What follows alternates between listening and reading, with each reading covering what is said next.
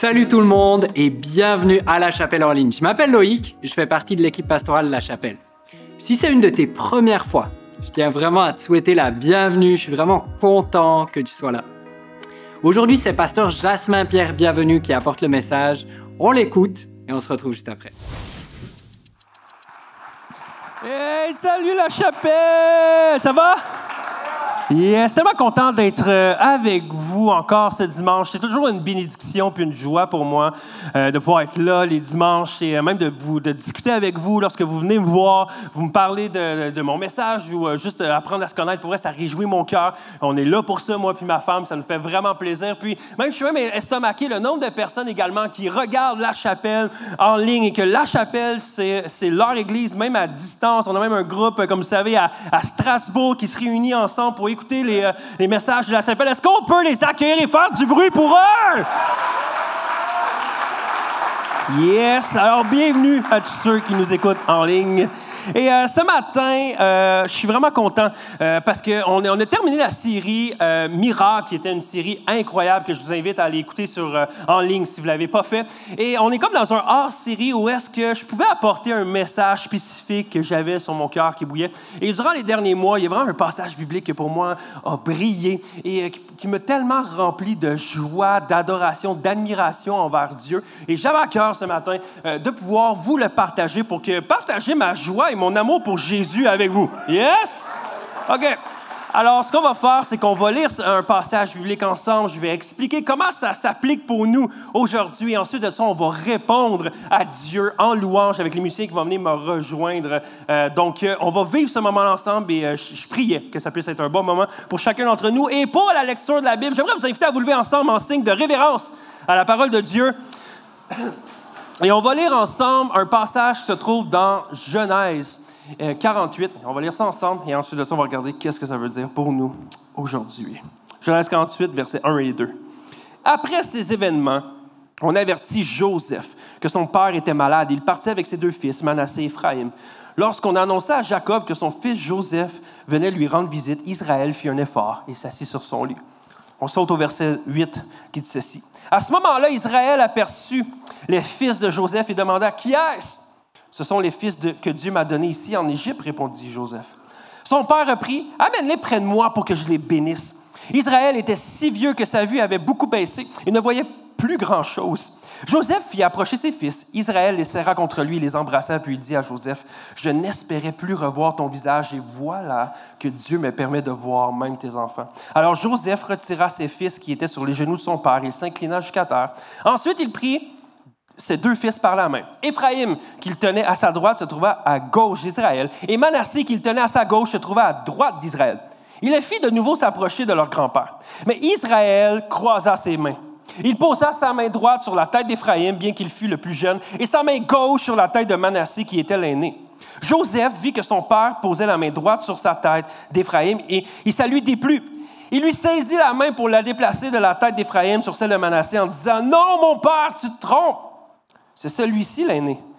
Mets ta main droite sur sa tête. Mais son père refusa et lui dit, « Je sais, mon fils, je sais. » Et ça, c'est le passage de ce matin. Et peut-être que tu te dis, « Quoi? C'est quoi ce passage-là? Je ne comprends rien de ce qui se passe. » Et votre rire me confirme. Et le titre de mon message, c'est « Quand Dieu croisa les bras ». Je propose de prier. Ensuite de ça, on va regarder ce que ça veut dire pour nous aujourd'hui.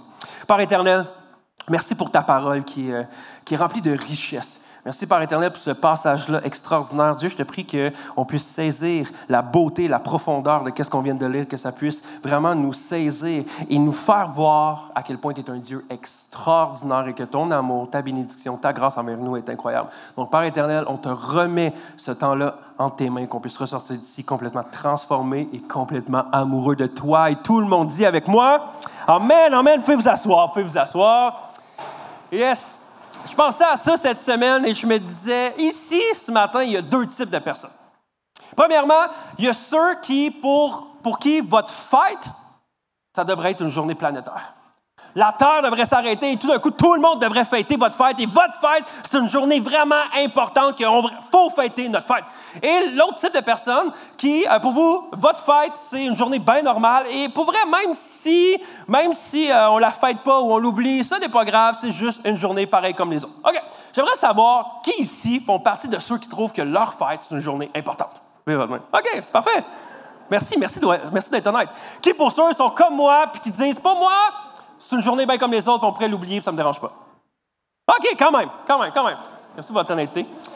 Bon, comme j'ai dit, moi, je fais partie de ceux que, une fête, un jeudi, un mardi, peu importe. Hein? C'est une journée comme les autres. Mais ma femme, par contre, ma femme, elle, sa fête, c'est important. En fait, pas juste sa fête. Les fêtes, c'est important. Comme si c'est ta fête, tu mérites qu'on s'arrête, qu'on te célèbre, qu'on t'honore, qu'on te dise à quel point qu'on t'aime, qui est extraordinaire. Et pour vrai, chacune des personnes mérite qu'on célèbre leur fête. Et moi, je suis pas comme ça. Puis, mais ma femme, elle aime ça, qu'on célèbre sa fête. Et c'est vraiment important. Puis, en fait, sa fête, c'est au mois de mars. Mais dès janvier, je commence à en entendre parler souvent. Hein? En janvier, c'est comme... tu sais, les semaines vont vite, l'agenda se remplit vite. C'est déjà booké une petite fin de semaine pour ma fête. Et qu'on puisse, tu sais, parce que j'aimerais ça qu'on puisse passer du temps de qualité ensemble, en couple, mais en même temps, j'aimerais ça qu'on puisse voir notre famille, puis aussi nos amis. Puis voici les gens avec qui je pense que j'aimerais passer ma fête. Puis là, elle me donne la liste des noms. Puis là, déjà, je dois me préparer parce que pour être sûr que je ne saute pas sa fête. Puis c'est correct parce que je l'aime tellement que je trouve que c'est important quand même qu'on célèbre sa fête, tout ça. Mais il y a quelque chose que je n'avais pas réalisé, que j'ai appris avec le mariage de ma femme, c'est que ça a l'air qu'il y a des privilèges qui viennent avec la fête. Et, ça, je suis à l'aise avec ça. Comme quand c'est ta fête, tu as le droit à des privilèges. Mais ça a l'air qu'il y a une règle non écrite, comme quoi que tu as le droit à des privilèges une semaine avant et une semaine après. Il y en a ceux qui sont là-dedans, dans ces privilèges-là. En tout cas, c'est comme si, même si c'est ta fête, je vais te faire à manger, je vais te servir, ça va me faire plaisir, mais des fois, c'est comme on peut être 6 jours avant, tu sais. Et là, elle se réveille le matin. Bon matin. Est-ce que tu devrais faire mon café, tu sais? Parce que c'est ma fête cette semaine. Puis je suis là, hey, c'est dans 6 jours. Non, mais c'est cette semaine ma fête, tu sais. Fait que tu me servais. Puis là, après ça, c'est comme, tu me fais-tu, c'est toi qui fais le souper, c'est toi qui fais la vaisselle. Puis tout ça, il y a plein de privilèges, que ce soit avant, après. Puis j'étais comme, je savais pas ça. Puis en même temps, je me dis, je l'aime. Elle est incroyable. Elle mérite que je le fasse. Et là, je suis désolé. Pour tous les hommes, pour qui que là, j'ai donné cette idée-là à votre femme. Je suis désolé, mais ça a l'air que ça l'aide dans un mariage, puis c'est bon de se servir mutuellement. Amen? Super! Mais pour vrai, j'étais là, je trouvais ça incroyable de dire comme, wow, tu sais, ma fête, c'est pas ma fête, mais ma femme, elle mérite vraiment qu'on la fête. Mais c'est intense, c'est long, sa fête, tu sais. Je pensais pas ça. Puis après ça me faisait penser, puis je me disais, qui mérite vraiment d'être fêté autant que ça? Et je suis arrivé à la conclusion que seulement Jésus. Seulement Jésus méritait d'être fêté autant que ça. Et puis pas seulement une fois par année. Parce qu'en tant que chrétien, on sait que Noël, c'est la fête de la naissance de Jésus. Comme qu'on fête notre naissance à nous, Noël, c'est la fête de la naissance de Jésus. Puis tu sais, on sait qu'on fête Noël à chaque année, c'est beau, c'est grand, c'est merveilleux. Mais je pense que pour les chrétiens, les croyants, il y a une fête encore plus extraordinaire, je pense, pour nous, qui s'appelle Pâques. Pâques, qui est vraiment le moment clé, parce que on pourrait célébrer seulement la naissance de Jésus, mais ça ne serait pas aussi extraordinaire si Pâques ne serait pas arrivé. Et à Pâques, c'est une journée complètement incroyable. Et ici, c'est une des premières fois à l'Église. Laisse-moi t'expliquer qu'est-ce que c'est Pâques. Et si tu es chrétien depuis plusieurs années, laisse-moi te rafraîchir la mémoire. Pâques, la Bible nous raconte que Jésus-Christ, qui est considéré comme le Fils de Dieu, a été crucifié sur une croix le vendredi saint. Et ensuite de ça, il est mort sur la croix. Et le samedi, il était dans un tombeau dans lequel on l'a mis dans ce tombeau-là, puis il était là. Mais le dimanche matin, alors qu'il y a des gens qui allaient visiter le tombeau était vide. Et on réalise à ce moment-là que Jésus-Christ est ressuscité. Que Jésus-Christ a vaincu la mort et le péché. Et à ce moment-là, c'est une grande victoire à quel point que Jésus est vraiment divin, est vraiment le Fils de Dieu. Et maintenant, c'est un symbole d'espoir pour chacun d'entre nous. Et c'est ça, Pâques, yes! Donc, à ce moment-là, Pâques est vraiment une signification que la vie et l'amour que Dieu porte envers nous est beaucoup plus fort que la mort et que chacun d'entre nous peut avoir l'espérance de la vie éternelle, que c'est pas juste ce qui se passe sur terre qui compte, mais il y a une vie après la mort. Mais là, peut-être que tu es là ce matin et tu te dis, Jasmin, on est en plein mois d'août, pourquoi tu me parles de Pâques? Hein? En fait, j'aimerais juste vous dire qu'il existe le Noël des campeurs et je me dis, en plein mois d'août, on pourrait célébrer le Pâques des campeurs. OK? Fait qu'il y en a-tu qui sont avec moi là-dessus? Yeah! En fait, je me disais, En fait, Pâques, on célèbre la mort et la résurrection de Jésus. Mais selon moi, Pâques mérite d'être célébré beaucoup plus qu'une fois par année. En fait, Pâques devrait être célébré chaque jour. Pâques devrait être célébré tous les dimanches matins. À chaque fois qu'on se rassemble ici, les dimanches matins à l'église, c'est à cause de Pâques. Donc, on devrait célébrer Pâques. Donc, c'est la réalité que si Dieu sauve des gens tous les jours, alors selon moi, Pâques devrait être célébré tous les jours. Et ce matin, on va parler de Pâques en plein mois d'août. OK? Et voici ce que j'aime de la Bible. La Bible, c'est que de son couvert jusqu'à son verso, la Bible annonce et illustre ce qui allait arriver à Pâques à la croix. Ça veut dire que je peux parler de la croix et de Jésus sans nécessairement aller dans Matthieu, Marc, Luc et Jean qui sont les évangiles.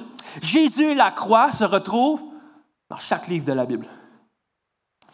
Et la croix de Jésus est également dans l'histoire qu'on a lu ensemble ce matin. C'est une fenêtre qui s'ouvre, une fenêtre, un message prophétique, quelque chose qui annonce ce qui allait arriver lorsque Jésus allait être sur la croix. Et on va regarder à cette histoire-là. Et comme que j'ai lu l'histoire, qui vous a peut-être semblé un peu bizarre, l'histoire met en scène Jacob, mais également Joseph. Et alors que je dis Joseph, pour plusieurs d'entre vous qui êtes ici ce matin, ça réveille quelque chose en vous, fait « Ah ouais, l'histoire de Joseph est extraordinaire. » Mais peut-être que c'est une de tes premières fois ici ce matin et tu n'as jamais réellement entendu parler de l'histoire de Joseph. Alors voici ce que je vais essayer de faire. Je vais essayer de relever un défi ce matin qui est de vous expliquer l'histoire de Joseph en 5 minutes. OK? Donc, je vais prendre mon souffle, puis on part ça, OK?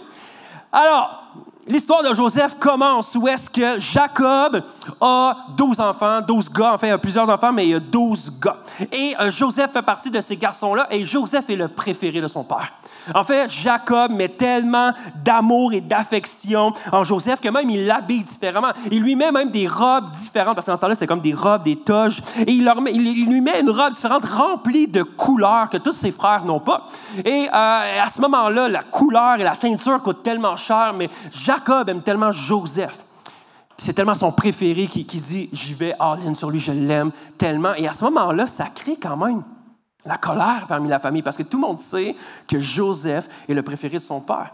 Puis Joseph, il n'est pas wise à quelques égards, parce que en fait, il connaît Dieu, puis il y a une faveur de Dieu sur sa vie, et en fait, il y a une facilité à recevoir des rêves de Dieu, mais également à interpréter des rêves. Et à un moment donné, il y a un rêve qu'il aurait dû garder pour lui, mais il se présente un matin au déjeuner, puis il revoit ses frères qui sont là, puis il fait comme « Hey les gars, j'ai un rêve cette nuit. » Les gars sont OK, quoi? C'est comme si on était tous des fougères, comme toutes des feuilles ensemble, tout ça. Puis chacune de vos fougères se courbait devant la mienne qui restait bien haute. Puis là, ses frères sont là, quoi? T'es en train de dire que nous, on va tous se courber devant toi? T'es qui, toi? Et là, à ce moment-là, les autres sont comme, hey, pour vrai, on commence à le détester pas mal. Et là, Joseph reçoit un autre rêve. Et là, il aurait dû garder ça pour lui aussi. Fait comme quelques jours plus tard, il va voir, c'est vrai, hey, checkez ça, j'ai un autre rêve. Puis ils sont là, bon, un autre rêve. Et là, il dit, checkez ça, j'ai rêvé que le soleil et la lune et 11 étoiles, ça représentait son père, sa mère et ses 11 frères, se courbaient devant moi. Puis là, ils sont là, quoi? Tu penses vraiment qu'on va se courber devant toi? Tu te prends pour qui, toi? Et à ce moment-là, une petite colère qui est arrivée dans la famille. Et à ce moment-là, les frères de Joseph se sont dit, OK, j'ai une idée, on le tue. Et là, ils se sont dit, on va tuer Joseph. Alors, ils commencent à faire des plans, commencent à faire des manigances, tout ça. Puis, ils avaient tout fait un plan. Et là, à un moment donné, Ruben, son frère, le plus vieux, fait comme, OK, guys, tu vas apporter un peu de sagesse là-dedans, on va pas le tuer. Mais regarde, on pourrait juste le vendre en esclavage. Alors, c'est qu'est-ce qu'ils font? Donc, qu'est-ce qu'ils font? C'est qu'ils vendent Joseph en esclavage et ils prennent la robe de Joseph. Ils la remplissent de sang d'un bouc, comme d'une chèvre, quoi que ce soit. Ils rapportent la toge, la robe à Jacob, son père, puis il fait croire que Joseph est mort. Il dit, ton fils s'est fait attaquer par une bête et il est mort. Mais c'est pas vrai. Ils l'ont vendu en esclavage, mais ils voulaient juste en finir avec Joseph. Finalement, Joseph, ça nous dit dans la Bible qu'il y avait la faveur de Dieu sur lui. Mais donc, Joseph se retrouve en esclavage et il est amené en Égypte. Okay? Et en Égypte, il y a un homme qui s'appelle Potiphar qui lui dit « Hey, ce gars-là, il est cool, je vais l'acheter comme esclave pour ma maison. » Donc, il achète Joseph comme esclave pour sa maison. Et comme j'ai dit, la faveur de Dieu était sur Joseph. Ça veut dire que Joseph commence à être là, en esclavage dans la maison. Il commence à prendre soin de la maison, mais tout ce que Joseph fait réussit.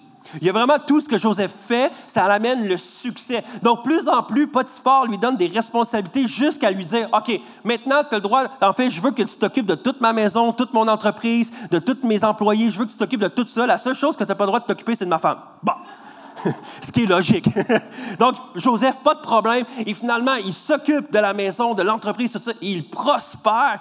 Et à ce moment-là, ça nous dit que la femme de Potiphar, elle avait un petit œil sur Joseph. Et elle lui demandait à plusieurs reprises, « Couche donc avec moi. » Et Joseph est là, « Non. » Et elle est là, « Couche avec moi. » Puis elle est comme, « J'ai pas le droit.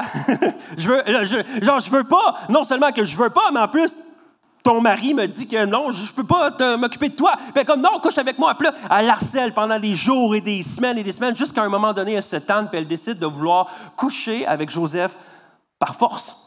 Et à ce moment-là, Joseph se débat, réussir à s'enfuir, même jusqu'à laisser ses vêtements-là parce qu'elle déchire et elle garde ses vêtements. Mais elle est tellement fâchée que quand son mari revient à la maison, elle met la faute sur Joseph et elle dit, « Ah, as-tu vu ton esclave, Joseph, il a essayé de coucher avec moi. Puis regarde, je me suis réussi à me débattre, puis j'ai encore son linge entre mes mains. » Et là, Potiphar est choqué, puis qu'est-ce qu'il se dit? « Ben parfait, quel mauvais esclave, on va le mettre en prison. » Alors, ils prennent Joseph, ils le mettent en prison. Quelle injustice! Lui, pourtant, qui a essayé de rendre gloire à Dieu, de dire non, je veux respecter Dieu, mais je veux respecter également la volonté de Potiphar, se retrouve en prison injustement. Mais encore une fois, la main de Dieu est sur Joseph. Et à ce moment-là, Joseph, même en tant que prisonnier, commence à servir dans la prison. Et il devient même un gestionnaire de la prison. Donc, en tant que prisonnier, il gère toute la prison. Et à un moment donné, il y a deux gars qui s'en viennent dans la prison, qui font partie du palais de Pharaon en Égypte. Et il y a deux de ces gars-là font comme, hey, on a eu chacun un rêve qui se ressemble un peu, mais on ne sait pas qu'est-ce que ça veut dire. Puis Joseph il dit, ben, racontez-moi votre rêve, je vais vous dire qu'est-ce que ça veut dire. Et à ce moment-là, le premier homme, qui était un serviteur de Pharaon, lui dit, j'ai rêvé qu'il y avait 3 grosses grappes de raisin. Et à ce moment-là, j'ai rêvé que ces grosses grappes-là, je les prenais et je nourrissais, et j'étais là et je nourrissais Pharaon. Et l'autre à côté lui dit, ben moi j'ai rêvé qu'il y avait 3 gros bacs, 3 grosses cuves de pain que je préparais. Mais finalement, il y a des oiseaux qui sont venus dévorer chacune des corbeilles de pain. Alors Joseph regarde le premier homme, il dit, toi avec tes 3 grappes de raisin, ça veut dire que dans 3 jours, tu vas te retrouver dans le palais de Pharaon. Pharaon va t'enlever de la prison et tu vas te retrouver à resservir de nouveau. Pharaon, il regarde l'autre et il dit, toi par contre, tes 3 corbeilles de pain, juste te dire que dans 3 jours, tu vas sortir de la prison, mais c'est parce que tu vas être mis à mort. Il est comme, oh! C'est un peu un choc. Tu espères qu'à ce moment-là, ça ne soit pas vrai, qu'est-ce que ton rêve veut dire. Finalement, qu'est-ce que Joseph a dit? Arriva. Donc, l'homme retrouvit sa place auprès de Pharaon et l'autre fut mis à mort. Et lorsque l'autre personne est sortie de la prison pour aller rejoindre Pharaon, Joseph lui dit, « Hey, juste en passant, oublie-moi pas. Parle de ma cause à Pharaon, puis dis-lui que je suis en prison d'une manière injuste. » Puis il fait comme, « Je t'oublierai pas. » Finalement, il l'oublie. Et ça a pris 2 ans avant qu'il se rappelle de Joseph. Et on se retrouve à un moment où est-ce que Pharaon a un rêve également. Et ça le trouble. Et là, il fait venir des gens, des magiciens, il fait venir des médiums, des astrologues, plein de gens qui prétendent lire les rêves et l'avenir, tout ça. Puis il dit, qu'est-ce que ça veut dire mon rêve? Et il n'y a personne qui est capable de dire qu'est-ce que le rêve de Pharaon veut dire. Et là, à ce moment, le serviteur de Pharaon fait comme, ah! Je me rappelle d'un gars en prison qui me dit qu'est-ce que mon rêve c'était, puis ça s'est réalisé. Puis il dit, c'est qui? Joseph. Il dit, fais-moi aller venir. Finalement, Joseph arrive, puis il dit, qu'est-ce que c'est ton rêve? Et Pharaon lui raconte, il lui dit, hey, voici mon rêve. J'ai rêvé que j'avais 7 vaches grasses. Mais j'avais également 7 vaches maigres. Et les 7 vaches maigres ont mangé les 7 vaches grasses. Qu'est-ce que ça veut dire? Puis là, Joseph fait comme, ah, c'est facile. Il lui dit, qu'est-ce que ça veut dire? C'est qu'il va avoir 7 années d'abondance et de récolte où est-ce qu'on va avoir de la nourriture en abondance. Mais par la suite, il va avoir 7 ans de sécheresse, de pauvreté où est-ce qu'on ne sera pas capable de récolter aucune nourriture.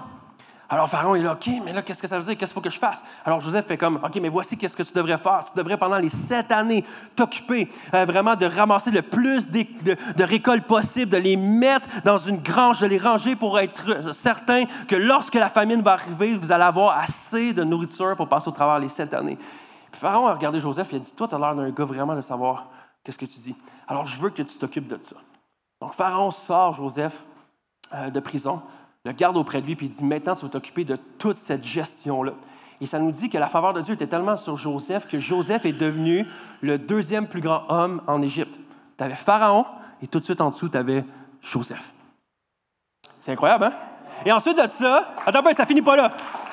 Ensuite de ça, la famille, qu'est-ce que Joseph a mentionné comme du rêve de Pharaon? Arriva, donc Joseph s'occupe de toute la nourriture pendant les 7 années de récolte. Et par la suite, lorsque la sécheresse arrive, l'Égypte est l'endroit où est-ce qu'il y a le plus de nourriture parce que ça a été pris soin. Et à ce moment-là, vraiment partout ailleurs, tout le monde est en famine. Alors, les frères et la famille de Joseph se retrouvent, qui ont besoin de nourriture et qui se disent, OK, on doit aller en Égypte pour aller chercher de la nourriture. Alors, à ce moment-là, Jacob prend chacun des frères de Joseph et dit, allez en Égypte et allez demander la nourriture pour qu'on puisse survivre. Puis finalement, les frères de Joseph arrivent en Égypte. Et le rêve de Joseph se réalisa où est-ce que chacun des frères de Joseph se courbe devant lui et dit, pouvez-vous nous accorder la nourriture? Mais par contre, les frères de Joseph ne savent pas qu'ils se courbent devant Joseph. Pourquoi? Parce qu'à ce moment-là, Joseph est rendu un Égyptien, donc il porte du mascara, tout ça, ils ne le reconnaissent pas. OK? Ils ne le reconnaissent pas, puis Joseph le sait qu'il ne le reconnaît pas. Joseph reconnaît ses frères, mais eux ne reconnaissent pas Joseph. Alors Joseph niaise un peu avec ça, puis il est comme, ah ouais, OK, pourquoi venez-vous ici? Puis il est où votre frère Joseph? Ah, puis là, il est nargue un peu comme ça.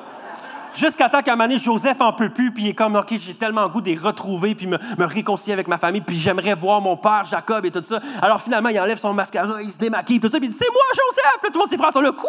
Puis les autres sont là, ouais, c'est moi! Puis là, c'est extraordinaire. Et là, il y a une réconciliation. Et à partir de ce moment-là, Joseph fait venir sa famille en Égypte, et également son père, Jacob, et ils se retrouvent enfin et passent les 17 prochaines années ensemble. Alors ça, c'est l'histoire de Joseph. Fait que comme vous avez pu voir, Joseph a eu une vie assez normale. Donc, on arrive à notre histoire où est-ce que Jacob était plus vraiment jeune et Joseph le savait. Et Joseph avait 2 enfants. Il avait un enfant qui s'appelait Manassé, qui était le plus vieux, qui était le premier-né. Et tu avais également Éphraïm. Et le jour est arrivé où est-ce qu'un serviteur alla voir Joseph et il dit, Joseph, ton père, Jacob, va bientôt mourir. Et à ce moment-là, Joseph savait c'était quoi ce jour-là. À ce moment-là, il allait arriver le jour de la bénédiction de Jacob sur ses enfants. Alors, Joseph prépare Manassé, les habille propres, habille Éphraïm également. Il dit, viens, on va aller voir Jacob. On va aller voir Jacob, puis ça va être le moment de la bénédiction. Et à ce moment-là, Joseph arrive dans la chambre de Jacob, où est-ce que Jacob était couché, puis Jacob est là, c'est qui rentre? Puis là, Joseph, il dit, c'est moi, père, c'est ton fils, et je suis là avec tes petits-enfants. J'ai apporté tes petits-enfants. Et à ce moment-là, voici ce que Jacob dit lorsqu'il voit Joseph arriver avec ses enfants. Il dit, maintenant, j'adopte pour mien les 2 fils qui te sont nés en Égypte. Avant mon arrivée ici, Éphraïm et Manassé seront mes fils au même titre que Ruben et Siméon. Ça, c'est assez extraordinaire. Il faut savoir que Joseph est un Hébreu et que Joseph a marié à ce moment-là une Égyptienne et il y a eu une famille il y a eu des enfants avec cette Égyptienne-là. Donc, les enfants de Joseph ont 2 nationalités. Ils ont la nationalité hébraïque et également égyptienne. Et c'est fou que, malgré que les enfants de Joseph avaient la double nationalité, il décide de vouloir les adopter quand même dans sa famille. Pourtant, à ce moment-là, ça ne se faisait pas. Parce que puisqu'il n'était pas 100% hébreu, il n'était pas supposé recevoir la bénédiction, en fait, l'héritage de la famille, mais Jacob décide de briser la tradition. Jacob décide de faire comme, moi, je vais les adopter quand même. Et c'est puissant, qu'est-ce qui se passe? Parce que Manassé et Éphraïm ne sont pas de la descendance de Jacob, nécessairement, mais il décide de les adopter quand même. Il les adopte non pas comme ses petits-enfants, mais il les adopte comme ses fils, comme ses enfants. C'est quand même fou, hein? Parce que j'aimerais vous dire que qu'est-ce qui se passe là, c'est une préfiguration, c'est une image de ce que Dieu allait faire avec chacun d'entre nous. Éphésiens 1, versets 3 à 5 nous dit ceci. « Loué soit Dieu le Père, notre Seigneur Jésus le Christ, car il nous a comblés de bénédictions de l'Esprit dans le monde céleste qui toutes sont en Christ. En lui, bien avant de poser les fondations du monde, il nous avait choisis pour que nous soyons saints et sans reproche devant lui. Puisqu'il nous a aimés, il nous a destinés d'avance à être ses enfants, qu'il voulait adopté par Jésus-Christ. Voilà ce que dans sa bonté, il a voulu pour chacun d'entre nous. Romains 8, 14, 15 dit ceci, « Car ceux qui sont conduits par l'Esprit de Dieu sont fils de Dieu. En effet, vous n'avez pas reçu un esprit qui fait de vous des esclaves et qui ramène à la crainte. Non, vous avez reçu l'Esprit qui fait de vous ses fils adoptifs de Dieu. Car c'est par l'Esprit que nous crions « Abba », c'est-à-dire « Père ». C'est littéralement ce qui se passe pour chacun d'entre nous lorsqu'on choisit de placer notre foi en Jésus. On n'est pas seulement appelés des chrétiens ou des croyants, mais Dieu nous adopte dans sa famille pour faire de nous ses enfants. C'est extraordinaire!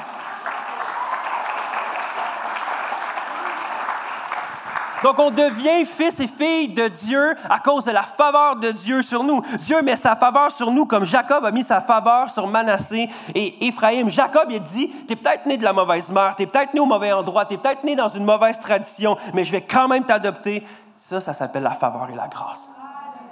Et ça représente bien le caractère de notre Dieu qui place sa faveur et sa grâce sur nous alors qu'on ne le mérite vraiment pas. Et c'est ça le message de la Bible. Bref, l'histoire nous dit que Joseph apporte Manassé du côté de la main droite de Jacob et il apporte Éphraïm du côté de la main gauche de Jacob. Et c'est le jour de la bénédiction, le jour de la double portion, la journée où Joseph allait amener son premier-né Manassé pour recevoir l'héritage, la double portion de l'héritage familial. Puis je ne sais pas si vous savez, mais à cette époque-là, ce n'est pas comme aujourd'hui. Okay, aujourd'hui, on est très axé sur nos réussites personnelles. Peu importe ce que notre famille décide de choisir de faire, peu importe la tradition de notre famille, nous, on peut faire ce qu'on veut. Mais à ce moment-là, tout tourne autour de la famille.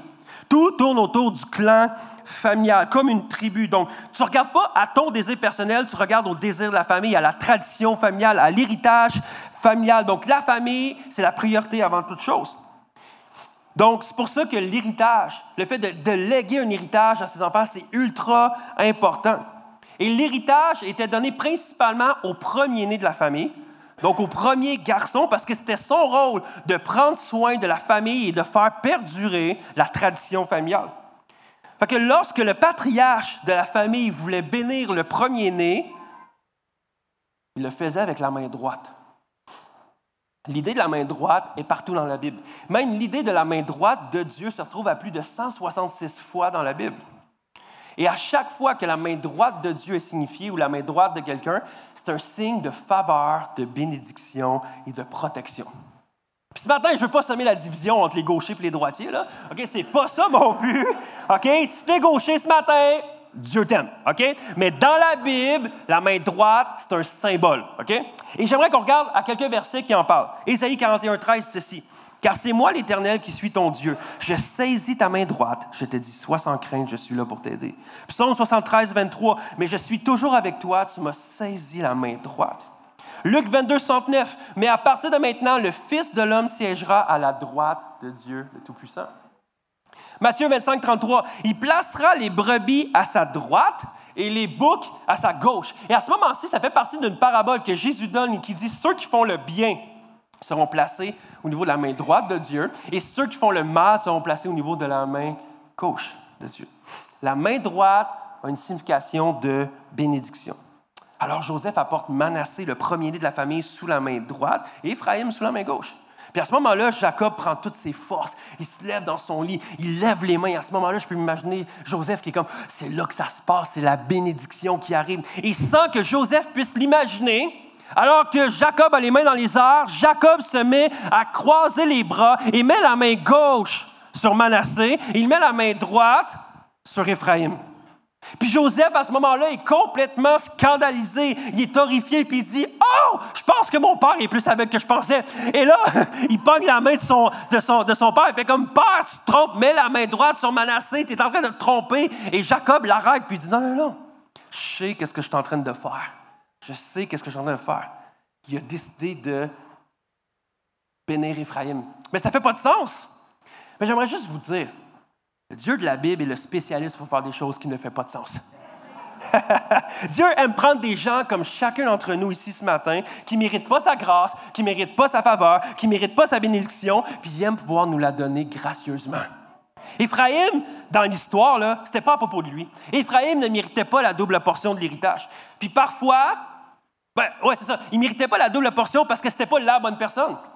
C'était pas la bonne personne. Manassé était la bonne personne pour recevoir l'héritage, mais Éphraïm n'était pas la bonne personne. Mais des fois, on peut avoir cette pensée-là envers Dieu, puis on se dit, moi, je suis sûrement pas la bonne personne.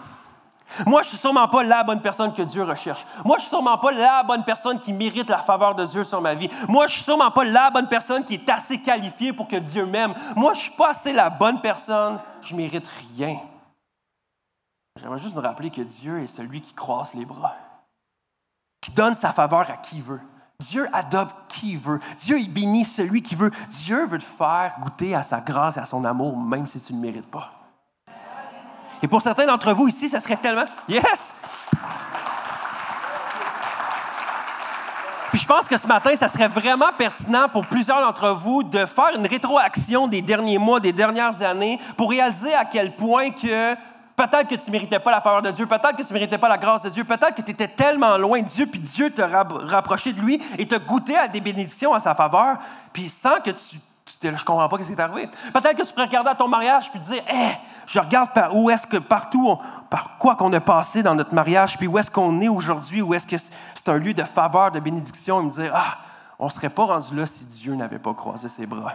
Peut-être que tu regardes ta vie et tu te dis, je regarde où est-ce que j'étais avant et où est-ce que je suis maintenant. Et si je regarde aujourd'hui où est-ce que ma vie, je me sens tellement libre, je suis rempli de joie et je suis rempli tellement d'adoration, et je ne serais pas là aujourd'hui si Dieu n'avait pas croisé ses bras. Peut-être que tu te dis, OK, j'aurais jamais trouvé cette église-là, cette communauté-là, me sentir tellement bien chéri dans une famille. J'aurais jamais goûté à ça si Dieu n'avait pas croisé ses bras. Et tellement de fois, on se dit, comment je me suis retrouvé dans cette situation où j'ai l'impression qu'il y a comme une faveur sur ma vie? Est-ce que c'est parce que tu le mérites? Non, c'est simplement parce que Dieu a croisé ses bras. J'aimerais inviter les musiciens à venir me rejoindre. On va terminer avec ceci. Comme je l'ai mentionné un peu plus tôt, cette histoire-là, ce n'est pas simplement une histoire qu'on retrouve dans l'Ancien Testament. Mais c'est une histoire qui pointe à une vérité qu'on retrouve dans le Nouveau Testament qui s'appelle l'Évangile, qui s'appelle la Bonne Nouvelle. L'histoire de Genèse 48 qu'on a lu ensemble et qu'on a regardé ensemble, ce n'est pas une simple histoire qui met l'emphase sur Manassé et Éphraïm et Jacob qui croisent les bras pour eux. Mais cette histoire-là est à propos de toi et de Jésus. Cette histoire est à propos de moi, de nous et de Jésus. Parce que si tu ne le sais pas, la Bible parle de Jésus comme étant le premier-né de Dieu. Il parle de Jésus comme étant le fils bien-aimé de Dieu. Dans l'histoire, Jésus est Manassé. Et chacun d'entre nous, on est Éphraïm. Tout comme Éphraïm, on n'est pas la bonne personne. Même si Éphraïm aurait aimé avoir la double portion et la faveur, il ne pouvait pas la recevoir. Parce que c'était simplement pas la bonne personne. Il était né deuxième. Mais toi et moi, à la base, on n'est pas la bonne personne que Dieu recherche. Parce qu'on est pécheurs. Chacun d'entre nous, on est pécheurs. Mais la réalité, c'est que je ne sais pas pourquoi, mais quelque part, même si on soit croyant ou non, qu'on soit chrétien ou non, qu'on a la foi ou non, j'ai l'impression qu'on se met à croire qu'il existe un genre de karma, que si on fait des assez bonnes actions, qu'on est assez une bonne personne, on pense qu'on est assez une bonne personne, que tout d'un coup, on va mériter la faveur et la bénédiction de Dieu. La réalité, c'est que je ne mérite jamais la faveur de Dieu. Tu ne mérites jamais la faveur de Dieu. Parce que jamais on pourra enlever le fait qu'on est né comme étant la mauvaise personne. On est né comme étant une mauvaise personne parce qu'on est né dans le péché. Puis la réalité, c'est que c'est pas de ta faute en quelque part. En fait, tu es né pécheur. C'est pas que tu as fait quelque chose, tu es né pécheur. Alors que ta nature, par défaut, tu es né là, puis ton mode de vie, par défaut, c'est un mode qui déplaît à Dieu. Ton mode par défaut, c'est de vouloir nourrir ta propre chair, nourrir tes propres désirs personnels, de nourrir tes propres actions, pour dire ça, c'est juste pour moi. Ton mode par défaut, c'est de le déplaire à Dieu. C'est de vouloir te soumettre à toi comme Dieu. Tu dis, moi, je suis mon propre Dieu, mais je ne veux pas me soumettre à Dieu le Père. Puis là, c'est peut-être difficile à entendre aujourd'hui, parce qu'en 2024, et aujourd'hui, on n'aime pas entendre des messages comme ça. On aime entendre des messages comme « T'es beau, t'es belle, t'es tellement extraordinaire, Dieu t'aime, kumbaya ». Mais non, c'est pas ça que la Bible dit. Malheureusement, c'est pas ça que la Bible dit. Nous sommes pécheurs, et à cause que nous sommes pécheurs, il y a une condamnation sur notre vie. Et cette condamnation-là, c'est d'être séparés de Dieu. On est né puis on avait déjà une distance entre Dieu puis nous. Puis même si on essayait de faire d'innombrables actions et de bonnes actions, jamais on serait capable de couper cette distance-là. Et la mauvaise nouvelle, c'est que quelqu'un devait payer pour notre péché. En fait, ça nous dit dans Romains 6, 23 que le salaire du péché, c'est la mort. Ça veut dire que la conséquence du péché, c'est la mort. Donc, on mérite la mort. Donc, soit que je dois mourir pour mon péché, Ou si ce n'est pas moi qui meurs, c'est quelqu'un d'autre qui meurt à ma place. Mais voici la bonne nouvelle.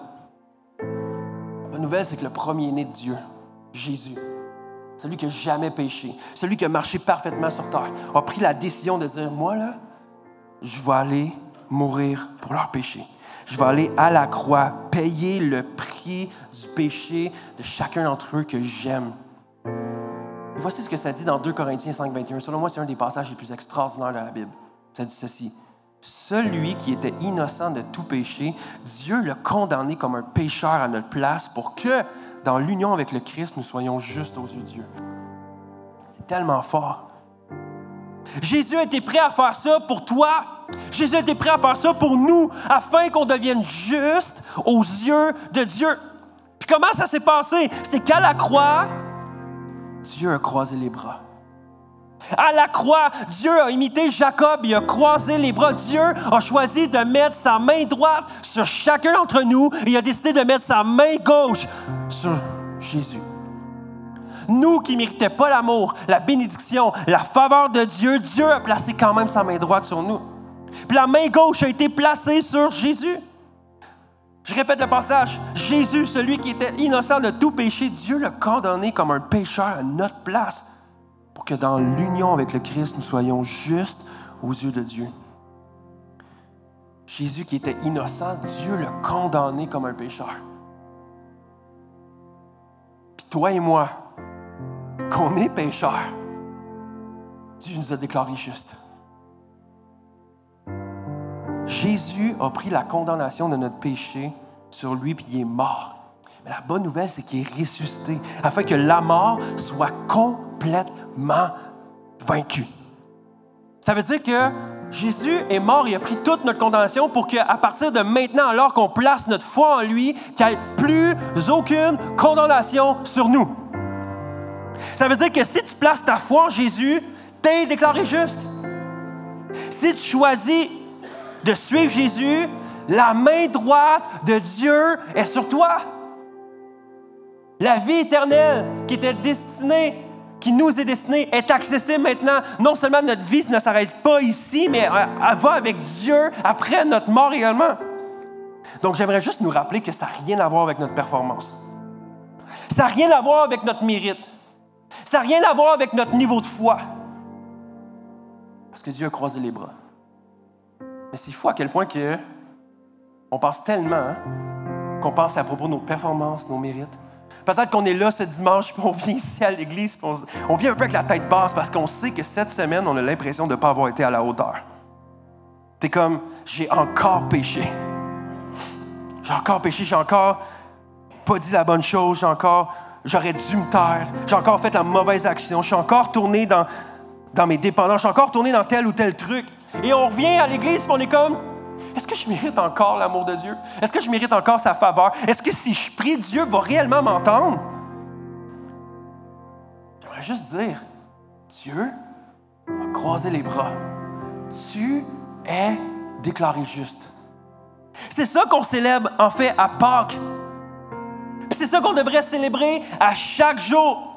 Puis on devrait tellement être reconnaissant qu'il y a 2000 ans, Dieu a croisé les bras à la croix afin que toi et moi, on soit déclarés justes. Et chaque jour, on devrait être en louange, en reconnaissance, non la tête basse, de se dire, est-ce que Dieu m'aime encore? Est-ce que je suis encore digne? Est-ce que, hey, la main droite est sur toi?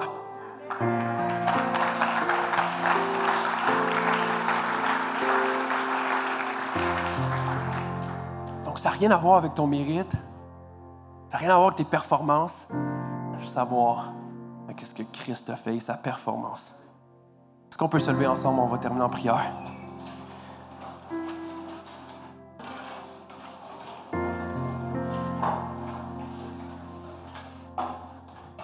Ce message-là, c'est un message qui, selon moi, c'est tout simple. Ça pointe à Jésus. Mais selon moi, c'est un des messages qu'on a besoin de se répéter continuellement. Parce que tellement de fois, on doute de l'amour, de la faveur, de la bénédiction, on doute de ce que Dieu nous aime réellement. Et ça nous prouve que Dieu nous a tellement aimés. Et que tu devrais sentir aucune condamnation sur toi ce matin. Si tu places ta foi en lui, il n'y a plus de condamnation. Parce qu'on peut fermer nos yeux ensemble? J'aimerais prier pour 2 types de personnes ce matin. Le premier type de personnes, je veux prier pour ceux qui peut-être que tu es ici ce matin et c'est une des premières fois que tu entends un message comme ça. C'est une des premières fois que tu viens peut-être à l'église ou que tu entends le message de la Bible sous cette manière-là, tu te dis, j'avais jamais réalisé à quel point Dieu m'aime, à quel point sa grâce est sur moi, à quel point il veut me pardonner. Et je réalise que si Dieu est comme ça, je veux vraiment le suivre. Et que je peux réellement marcher dans cette vie-ci sans porter le poids de ma faute, de mon péché, parce que Christ l'a porté à ma place. Et que maintenant, tu as la chance de pouvoir dire, OK, ce matin, à partir d'aujourd'hui, je ne veux plus suivre mon propre désir, ma propre chair, mes propres plans. Je ne veux plus être mon propre Dieu, mais je veux que le Dieu de la Bible, notre Père céleste, devienne mon Dieu et je veux le suivre et je veux lui dédier ma vie. Et peut-être que tu n'as jamais eu cette chance-là, mais ce matin, je veux prier pour toi. Et afin que je puisse savoir pour qui je prie, j'aimerais te donner la chance de juste lever ta main et je vais savoir que je vais prier pour toi. Toi qui peut-être qui veux dire, moi aujourd'hui, je veux suivre Jésus pleinement, je veux donner ma vie à Dieu. Si c'est toi, à ta place, lève ta main pour que je puisse prier pour toi. Oui, je vois ta main. Oui, je vois ta main. Oui, je vois vos mains. Oui, je vois vos mains. Wow. OK, laissez-moi prier pour vous.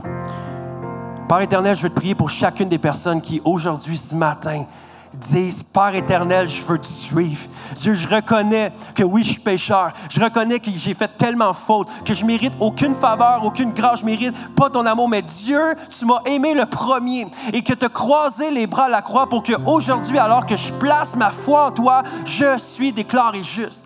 Dieu, je veux m'associer à chacun de mes frères et mes sœurs qui ont ici ce matin, qui ont levé les mains, qui disent, moi, je suis pécheur, mais je veux être déclaré juste et je veux suivre ce Dieu-là qui ne me condamne pas, mais qui m'élève et qui maintenant me donne accès à cette vie-là éternelle et à cette relation-là. Dieu, on ne mérite rien de toi, mais Dieu, tu le fais et on veut te dire merci. Et Dieu, je te prie pour chacune de ces personnes-là qui ce matin ont donné leur vie à Dieu. Je prie qu'aujourd'hui soit une journée transformatrice, une journée où est-ce qu'il y a un 180, peut-être qu'il allait dans une direction qui était destructrice, qui les amenait vers le malheur, mais aujourd'hui, c'est une journée de joie, c'est une journée de bonheur, c'est une journée où est-ce qu'aujourd'hui, ils vont se rappeler de cette journée-là et que les prochains jours, les prochaines semaines et les prochaines années vont être extraordinaires alors qu'ils vont te suivre, ils vont être appelés enfants de Dieu. Donc, Père, je te remercie pour chacune des personnes qui ont donné leur vie à Dieu ce matin. Dans le nom de Jésus, j'ai prié. Amen. Amen, amen, amen. Yes, est-ce qu'on peut donner gloire à Dieu ce matin?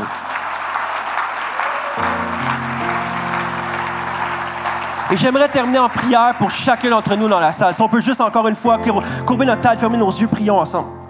Dieu, je vais te prier pour chacun d'entre nous.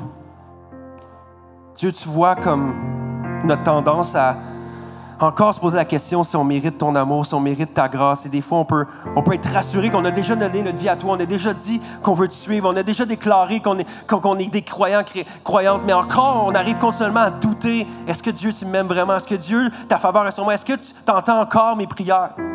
Dieu, enlève ces doutes-là de notre cœur. Que vraiment que cette identité-là que tu nous appelles juste puisse tomber sur nous ce matin et qu'on puisse être remplis de joie, d'assurance et de confiance que nous sommes juste devant toi. Et que Dieu, qu'il n'y ait plus aucune condamnation sur notre vie parce que Jésus l'a pris à notre place. Et Dieu, juste de saisir ça, ça me remplit tellement de joie, d'adoration et de louange. Puis j'ai juste tellement le goût de te dire à quel point c'est extraordinaire tout ça. À quel point que merci d'avoir pris ma faute, la mort qui était condamnée sur moi et que grâce à Jésus, j'ai accès à la vie éternelle. Père, entends ma louange ce matin. Entends mon adoration. Entends vraiment mon cœur qui veut s'écrier de joie, qui veut dire à quel point je suis reconnaissant, que nous sommes reconnaissants que tu es un Dieu extraordinaire. Donc, Père, reçois notre louange ce matin et notre amour. Dans le nom de Jésus, j'ai prié. Tout le monde dit avec moi. Amen. Chantons fort à Dieu notre reconnaissance et notre amour. Amen.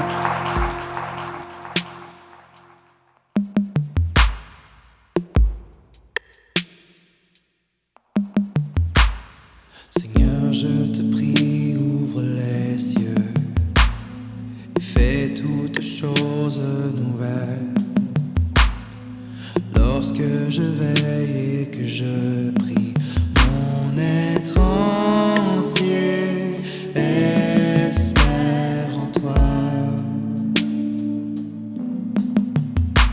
Je me préparerai à ton retour. Je remplirai d'huile ma lampe.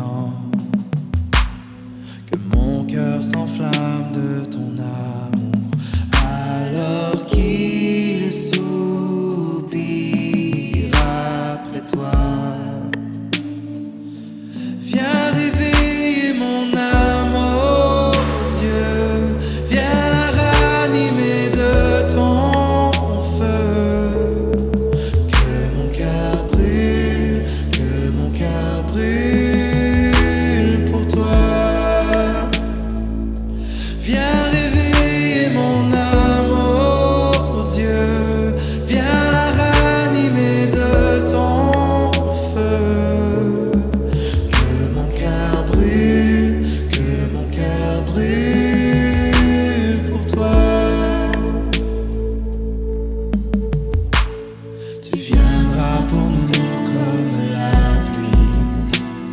Tu reviendras tel que promis. Lorsque je veille et que je prie, mon être entier espère en toi. Je me préparerai à ton retour. Je remplirai d'huile ma lampe. Que mon cœur s'enflamme de ton amour. Alors qui soupire après toi? Oui, mon cœur soupire après toi. Viens réveiller mon âme, oh Dieu. Viens la ranimer de ton feu. Que mon cœur brûle pour toi. Viens réveiller mon âme, oh Dieu. Viens la ranimer de ton feu. Que mon cœur brûle pour toi.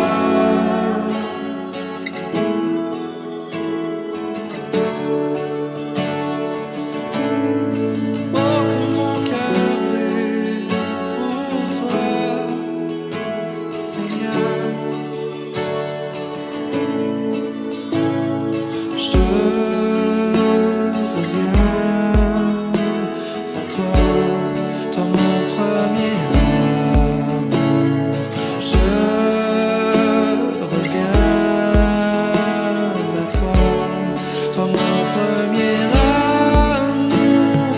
Je reviens à toi, toi mon premier amour. Je reviens à toi. Viens réveiller mon âme, oh Dieu. Viens la ranimer de ton feu. Que mon cœur brûle pour toi. Viens réveiller mon âme, oh Dieu. Viens la ranimer de ton feu. Que mon cœur brûle pour toi. Viens réveiller mon âme, oh Dieu. Viens la ranimer de ton feu. Que mon cœur brûle pour toi. Viens réveiller mon âme, oh Dieu. Viens la ranimer de ton feu. Que mon cœur brûle pour toi.